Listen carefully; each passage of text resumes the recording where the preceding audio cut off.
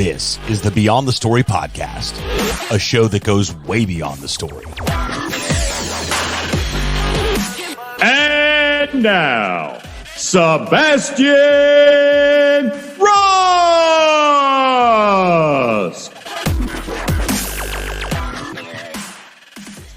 Marisa, Imon, what's happening? Hey, so happy to be with you, Sebastian. So great to be with you too. We met, I guess, a couple weeks back. It seems like a couple months back in Orlando. So much has happened since then. It really does seem like a long time. It seems like, yeah. So way back in March, the 1st of March, if you remember, way long back ago. then. Can you remember what life was like back then? 400 days ago. Yeah. When you could travel and shake hands. And talk to people. Or be way human. Back when. Yeah. I saw a meme yesterday, or actually I posted a meme yesterday that said, my 90-day trial for 2020 expires tonight. I'd like to cancel. You know, if anything, this has just really upped the meme game in the universe, I think. The internet is undefeated. Absolutely undefeated. Memes win 2020. Yes. So that was my first conference I've ever attended, because I'm usually at conferences because it's work and I'm speaking or I'm the MC or what have you. So it was a different experience for me. So I felt a bit like, even though I'm a podcaster and it was my world and my crew, I felt like a fish out of water a little bit. That's why I just kind of aimlessly wandered the hallways. I don't know that I went to any sessions either. So it was a different, unique, this was like on the verge, like pre-corona, there was hand sanitizer everywhere. It was like the last conference to happen. And you had just walked out of your session and were smiling and handing out oil inhalers. And I was like, are those highlighters? So, well, at least that's all you thought they were. Yes, absolutely. So you had a crowd around you because you're just giving a talk. So some people you were chatting and connecting with, but your energy was so electric. I'm like, I got to meet this girl, and I'm glad that I did, because I was like, what do you do? And you said, I'm a voice actor, and I work with apps like meditation apps and Calm and stuff like that. I go, wow, that is awesome. So that's what's brought us to today's conversation, obviously wanting to connect further to. I just thought that was fascinating that we're living in a time now where not only do we have apps and are people building, tech solutions on top of, smartphones through apps, but now we've got services and like gigs and things that can be done and businesses that can be derived out of the needs on what those apps provide. And that's exactly what you do. So let's back up a little bit and give everyone a better idea of kind of how you got to where we're at today. Where did it all begin? Where'd you grow up? Well, I was born as a 7-pound baby. I don't know. I actually don't know my birth weight. I wonder if most humans know, but anyway. I was 11 pounds, 3.5 ounces. Well, you can't forget that. That's a big baby. That's a big baby. Your mom is a saint. Right. There was a German exchange student in town at the time. I was born in Peru, Indiana, and his name was Sebastian. My mom was a newspaper journalist, so she ran a contest called Name the Kid. And this guy won. The pediatrician that delivered me was an Asian guy.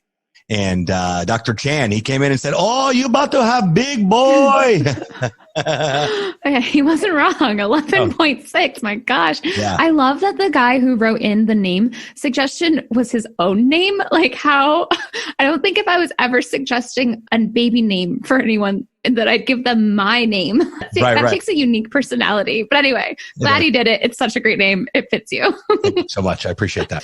So in terms of doing the voices for meditation apps, which I actually haven't done any voicing for Calm, but apps like Peace and Zen, and then just some other kind of smaller name ones.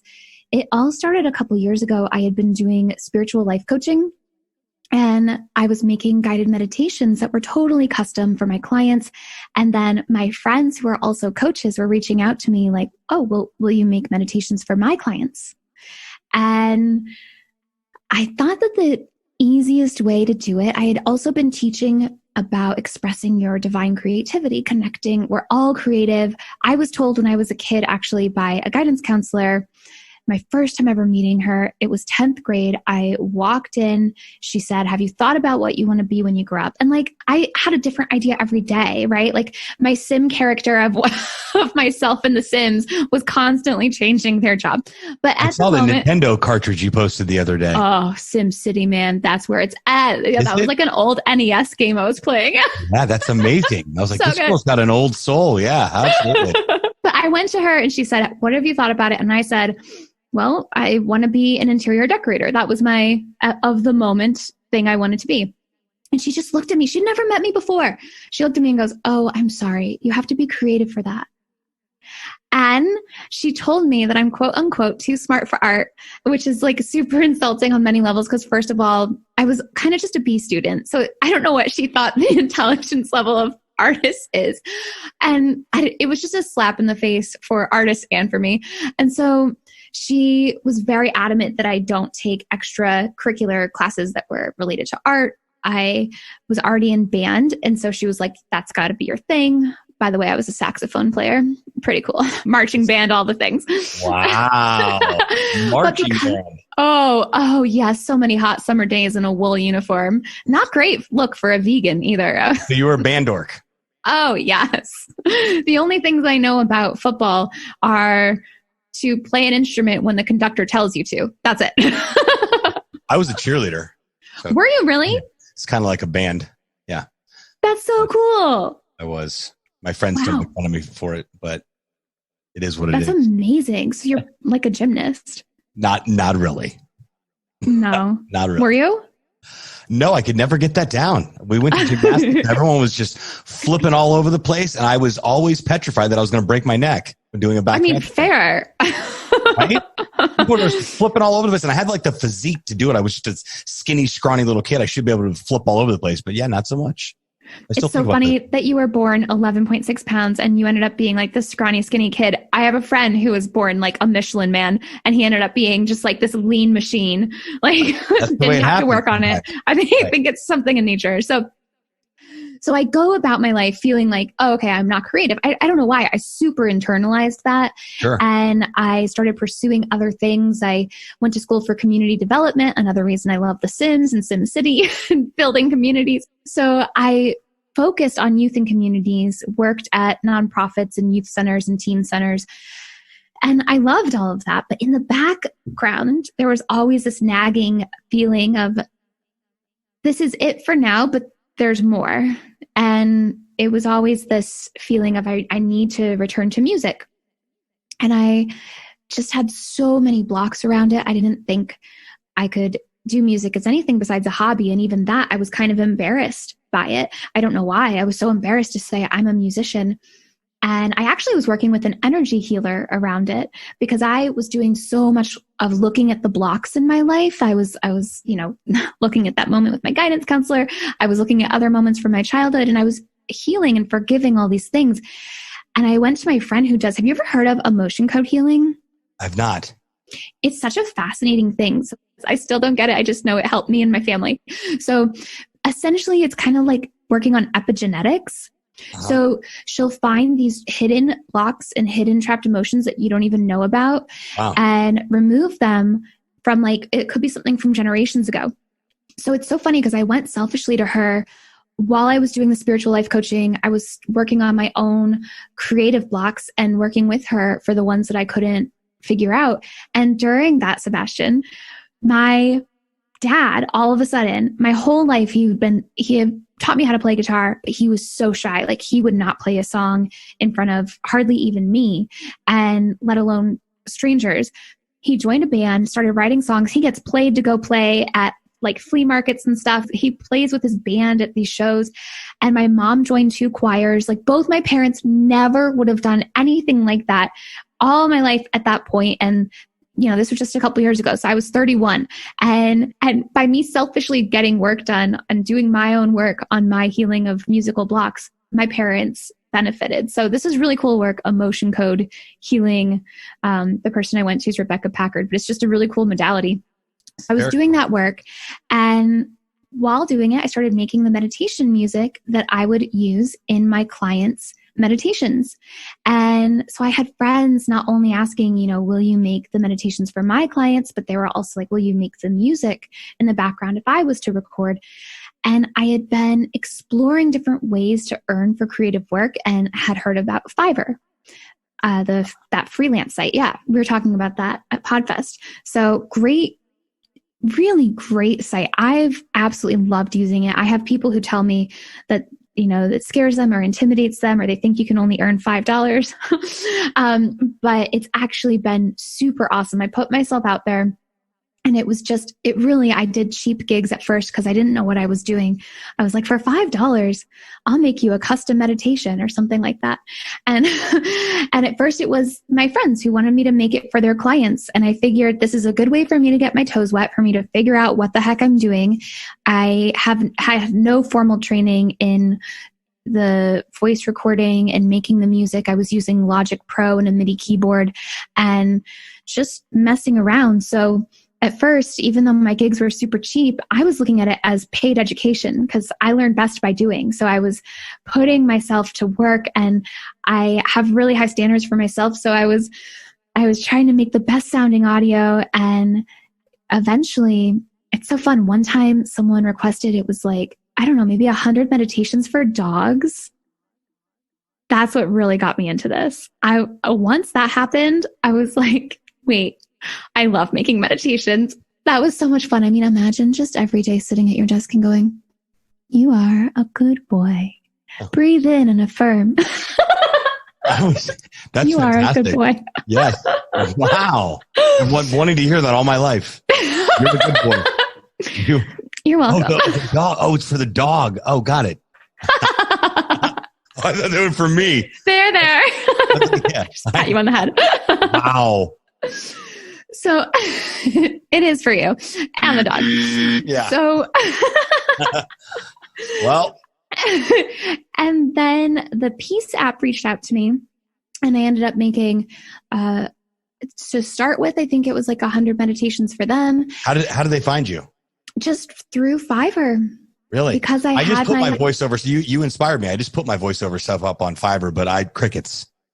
Well, do you want me to give tips to your audience right now? Yeah, I definitely. Yeah. This part of the Beyond the Story podcast is all about Fiverr, ladies and gentlemen. Right. If you don't know about Fiverr, you're about to find out all about Fiverr. Why? Because you get things done for $5 or $100 or $500 in graphic design and websites and voiceover and podcast coaching. Oh, all that's available. And guess what? All kidding aside, the links directly to Marissa's Fiverr page are on the show notes, as well as mine too. So maybe like guy-girl combo. Her and I are going to do some collaboration for the nation. I don't know what that looks like yet, but anyway, okay. Yes. We don't need to know what it looks like. It's going to sound amazing.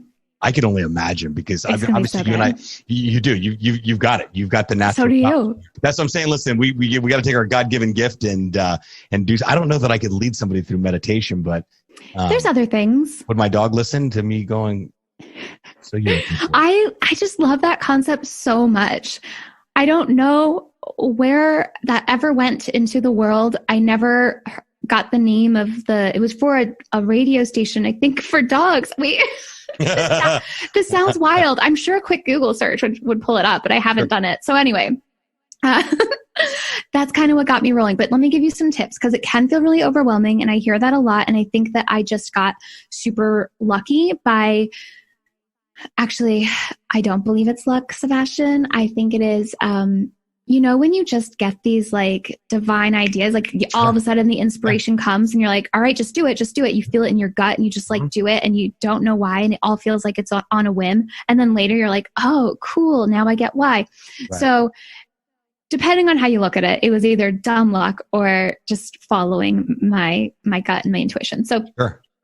I just started out with that gig for really low. I think I started it at 25, not 5. I can't remember, but it might've been 5. It was super low regardless because it was for commercial use. I was like, I'll make you a meditation that you can sell over and over. You can put it on your app. You can put it on YouTube.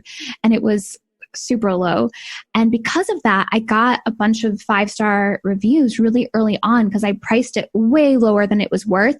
Because I didn't even know if I was worth more than that at that point. I was just figuring it out and learning as I went. So I think that really helped because once I had a whole bunch of 5-star reviews, and by a whole bunch, looking back, maybe it was 15 or so 5-star reviews. I upped it to kind of like a midway price, just a little bit more. And then started to get more and more orders that way. And then after that, after 50 reviews, so it's a long game. But still, I I think it's worth it if you're having fun doing it anyway. Yeah, I started like 3 months ago. So all I've gotten is the podcast coaching gigs, no voiceover stuff. But I just added voiceover last week. Oh, okay. And something too that was really, I think, again, perhaps dumb luck or perhaps divine guidance, I was super niche. So my thing said, I will create a custom meditation for you for commercial use. So specific. So people who are looking for that, they might find someone who does voiceover for meditation. They might find someone who does relaxing voiceover. They might find someone who writes meditation scripts, but who is specifically saying, I will make a custom guided meditation for you for commercial use. So I wasn't like trying to be smart about it. It was just what I thought I should do at the time. And I think because it was so specific, I was just getting a bunch of sweethearts trying to get meditations out to the world, like that niche too. It just attracts cool, for the most part, genuine people. Sure. So getting super niche would be one tip to start with. And I started with just one super niche gig, built up a bunch of reviews at low price, then raised it. Then 2, once I started growing, I started to have more variety, more gigs. And with each gig, every time I started a new one, I did the same thing, low price. Unless you have someone who already wants to work with you through Fiverr, say you worked with them on your podcasting coaching, and now they want to use you for something else, you can create a whole new gig, do it at the price you want to do it at, because you already know you have a customer who's ready to buy on Fiverr. Right. So once you get to that point where you have clients, like, so now I have audiobook gig that happened because I've been just doing not voiceovers. I'd been creating meditations for someone. So they ended up wanting me to voice an audiobook. So then I had to learn how to do that. And I made that as a gig. And then now doing the podcasting audio drama voiceovers. So that's a new gig. So it's like sometimes I'll already have a relationship with someone and they want something new. So now I make a new gig because I already know they want to order it. So that's a really cool way to do it too. But to start with, super niche, low entry level, get some reviews, and then go up from there. Okay. Yeah, I've done all those. So I'm patiently waiting. Perfect. So I found an order from 2010 when I first opened my Fiverr account, and it was like, I will give you a social media consultation for $5, and the gig never got delivered. So it was just I finally delivered it, like, I don't know, 6 months ago or whatever it was, but it was still sitting in there as incomplete. And Fiverr just like, well, we'll just cancel it. I'm like, so they canceled it. Now my completion rate's 80%. Oh, wow. Which makes me look like I don't complete my orders.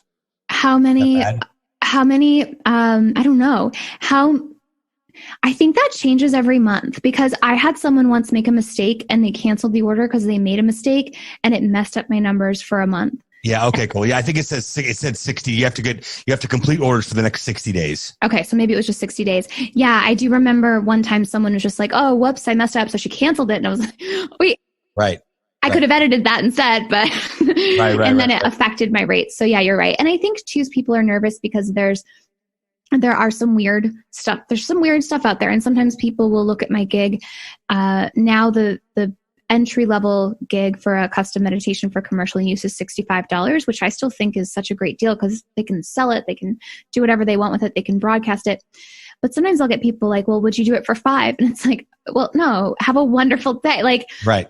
And I think I've heard some of my friends be resistant to Fiverr because they're worried about getting those requests. And it's like, yeah, just because someone requests it, that doesn't mean you have to do it.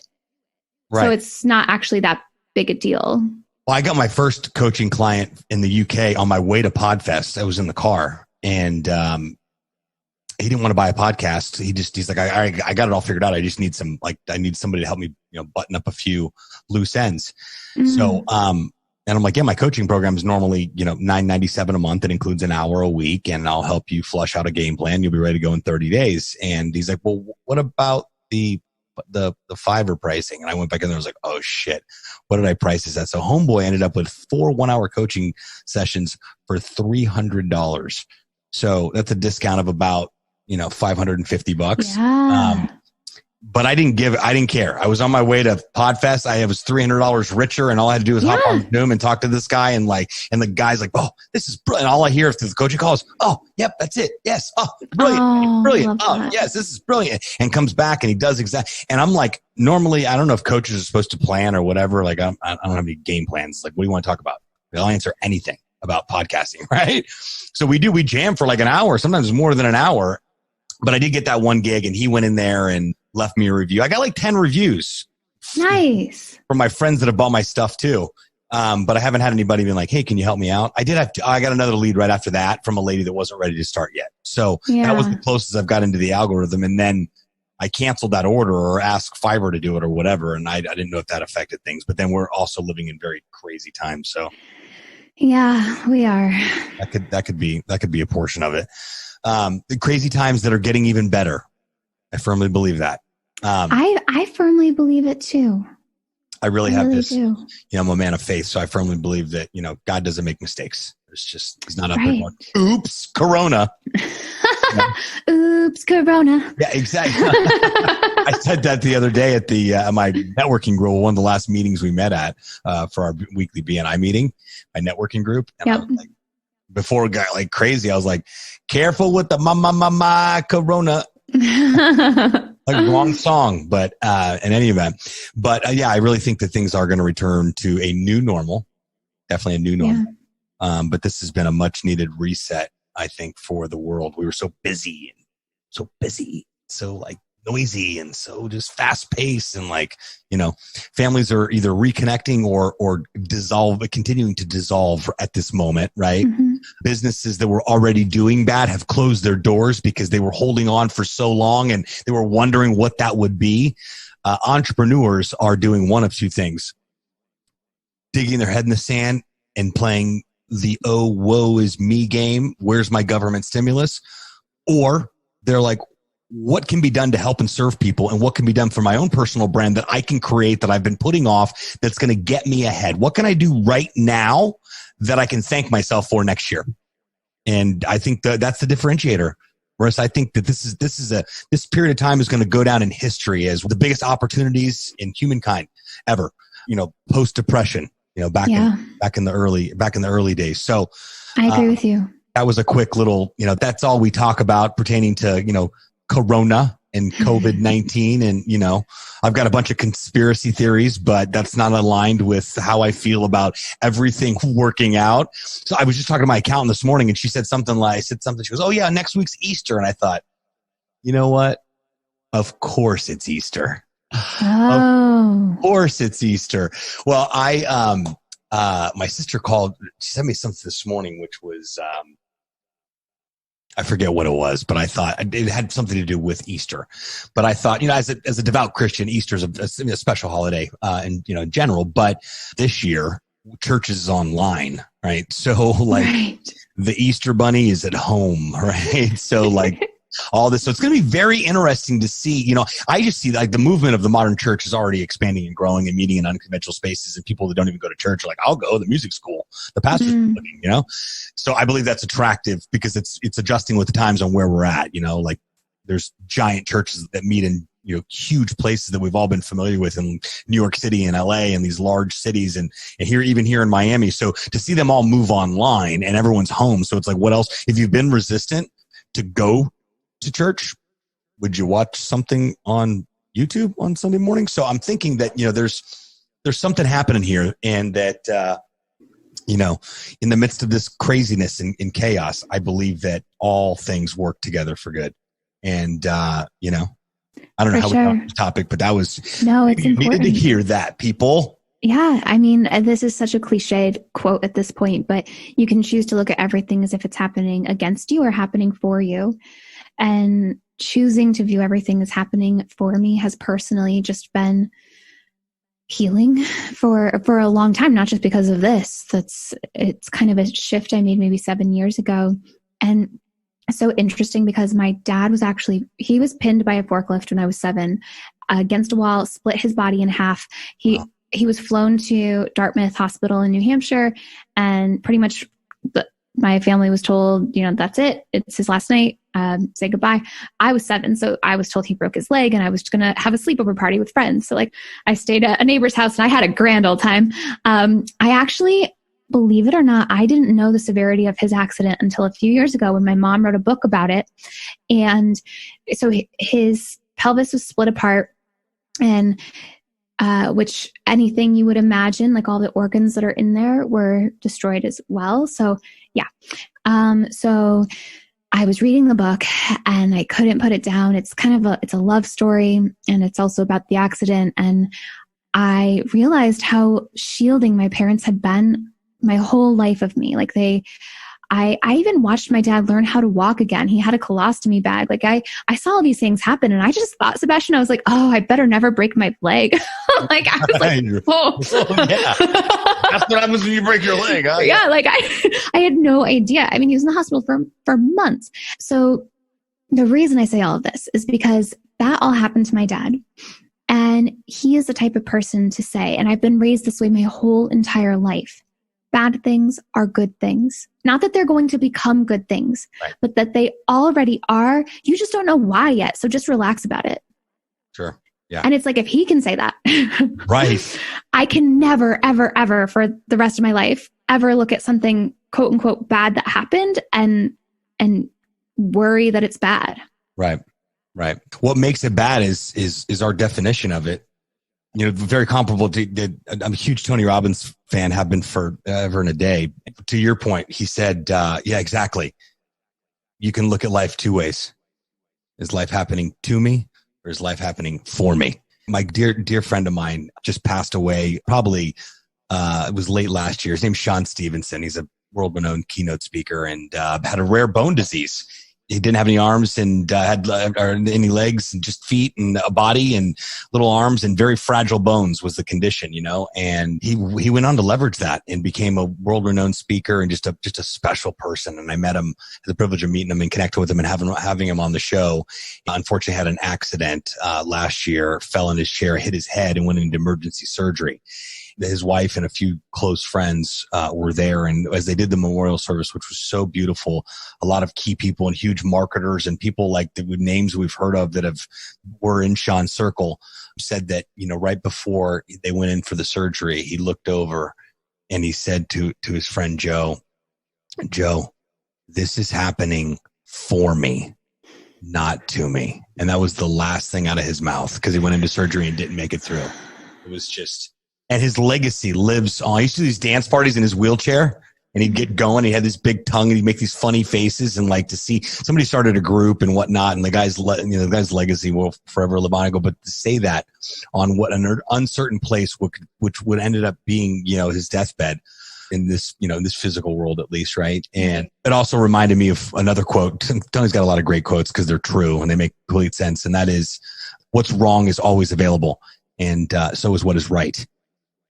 So good. So true. You know? So it's all perspective and mindset. I find that the more active that I get, doing things that I'm not used to doing, I used to go to the gym every day. Well, that's not available now. So what do I do now? I guess I could go for a run, but yay, let's go for a run. No, but I can hop on my bike. So I've been riding my bike to the studio, you know, figuring out where to eat locally to support local businesses, because you can't go eat there. So you got to order and then get your food and like go back home. And so just finding the silver lining in all of this, treating every day like it's just another day to do as much as I possibly can is my thought process. In the very beginning, it wasn't like that though. It was like, for a couple weeks ago, I was like, get out of bed for what? For what? Yes. Yeah, I've gone through ups and downs with it too, but overall, mostly I hear what you're saying so much. I do feel like it has been such a great opportunity, and especially what you were just saying about feeling like each day is a chance to really make the most of your day. It reminds me of how, you know, we have dogs in our life. We were talking off air a little bit about how much we love our dogs, and they don't have the longest lives. So I feel like when I'm looking at my dog, and I adopted him when he was 7 and he's 14 now, he's super healthy. So I think we still have a couple years, but still it's like, it's just this constant reminder of, we think things are certain. You know, we think that the 9 to 5 we have is going to be there forever. We think that our lives are going to go on forever, but we don't actually know anything. And this is a really great reminder for those of us who may have just been in the rut of the monotony of just doing the same thing in and out, a nice wake-up call to be like, hey, actually none of it's certain. So what do you really want to do? Right. Right. I ask people that question constantly, even before all this came about. I had a client tell me one time, I still live paycheck to paycheck, I said, maybe being an attorney isn't your thing. Well, that ship has sailed. I'm like, bullshit. Ship has not sailed at all. The story you told yourself about that ship has happened. But it's very important to understand, and gratitude training taught me this, and that was that we are interpretation machines, and that we make shit up constantly. The scariest fucking part is it's on automatic. So control what's going in to our mind on a daily basis. That includes worry. That includes, the stuff that we can't control. You know what I mean? And that's a challenge because we are, especially if you're a control freak, and I think every human is in some form or fashion, but I could never understand the whole let go surrender process. My breath coach, Gina Avalon, taught me that. And I asked, because I just said, Gina, how do you surrender? Like, I'm a devout Christian. I used to sing hymns about it. I should probably know, right? No, not so much. And she said, are you ready for the answer? I go, yeah. She goes, start saying yes to everything. And I'm like, are you crazy? I'll be biting off more than I can chew. Listen, eventually you get to a point where you'll be able to pick and choose as to what's what, but absolute, complete surrender by definition means what? I mean, people's hands in the air is a universal sign of surrender, right? So it's completely letting go of any sort of attachment to any type of outcome and just letting whatever is going to happen. And that's a tough thing to do, But here's the deal, Marisa. Right now, we are in a place we are all involuntarily surrendered. Whether we like it or not, there is no going back to work until the new normal starts, right? And that's, I think it's a beautiful thing. It's a painful thing, but for all the avoiders and individuals, and if you're listening to this and you've been invited several times to go to that course or go to that class or take that, personal development course or whatever it may be, we've all been pitched on something somewhere along the line where we thought we're too cool for school for that. We don't need that. No, I'm okay. And I'm just here to tell you today that we have a lifetime to figure this out as human beings to become the best version of ourselves. And unless we're willing to go in, there is no way out. Amen. Yes, my friend. Yes. I told Jack Nicholson, he's a fan of the show. I told him he needs to go to a personal development course. You know what he told me? I eat 300 yards from 4,000 Cubans who are trained to kill me. So don't think for 1 second that you can come down here, flash a badge, and make me nervous. All right, Jack, settle down, buddy. So, this is a great conversation. I've already got the title in my head, which is like, how to crush Fiverr with, voiceover meditations. There we go. Something to that. Like I was already thinking about the title here. So wonderful. And, we really got into the whole how to make the most of each moment. Yes, exactly. Right. Yeah, exactly. Because we're not guaranteed anything at all. So it's, fully embracing the moment is such a great thing. Well, we're almost out of time, but I definitely want to keep the conversation going. I think that you and I need to figure something out to leverage our vocal gifts and do some collaboration. I see it. For sure. It's happening. Yeah, it 100% is as well. Oh, well, everyone, listen, if you want to connect with Marisa, which you absolutely should, all of our links are going to be in the show notes. So make sure you take full advantage of being able to follow and stay connected with her. If you happen to need any female soothing, calm, voiceover meditations created, your book is done, Marissa's the perfect fit for it. Oh my gosh, I need to hire her. You can hit her up and see what she's got to offer. I'm almost positive she's going to be able to make all your voiceover dreams come true. All right, Marisa, come back soon, will you? I would love You're that. in Vermont, huh? Oh my gosh, yes, you have such a good memory. Yes, not only I do, but I mean, I don't know anybody in Vermont. So you're my only friend in Vermont. I'm the only human in Vermont. Right. Yes, so mostly cows. I automatically think of, and the birdhouses. I automatically think. I love my birds. I as we've been talking, every now and then out my window, I see like a bluebird fly by or a nuthatch. Like, yeah, they're amazing. No, my backyard too, butterflies, and I saw a hawk back there the other day. I was like, what's he doing? wow. Get the dog inside. Yeah. Oh, yep. Totally. But no, when I think of Vermont, I think of Wayne's World, because the guy's like, hi, I'm from Vermont. I'm like, hi, I'm from Vermont. I actually don't remember because I watched it when I was so young and I haven't rewatched it. I really need to. But when I was a kid, I genuinely thought oh my God, I genuinely thought the movie was about my dad because his name is Wayne. Wow. I don't know how long I believed that either. I was obsessed with Wayne's World. I love Dana Carvey. The best. And Mike Myers. Come on. Oh yeah, fantastic. That's an absolute winning. Such a good combo. It 100% is. All right. Well, that siren means that, we're out of time. I could talk all day. We could talk about life and voiceovers, forever and a day, but all good things must come to an end. So thanks so much for taking some time to be on the show. Hope you're doing well and surviving there in Vermont, and we'll have to stay in touch and get some voiceover collaboration going. Yes, please. Let's do it. Thanks so much for tuning into this episode of the Beyond the Story podcast. Be sure to appreciate it. If you haven't done so already, make sure you're subscribed to the show. This way you'll get updates as new episodes become available. If you feel so inclined, please leave us a review. We sure do appreciate it. Signing off from the podcast, LaunchLab.com studios. We'll talk to you next time.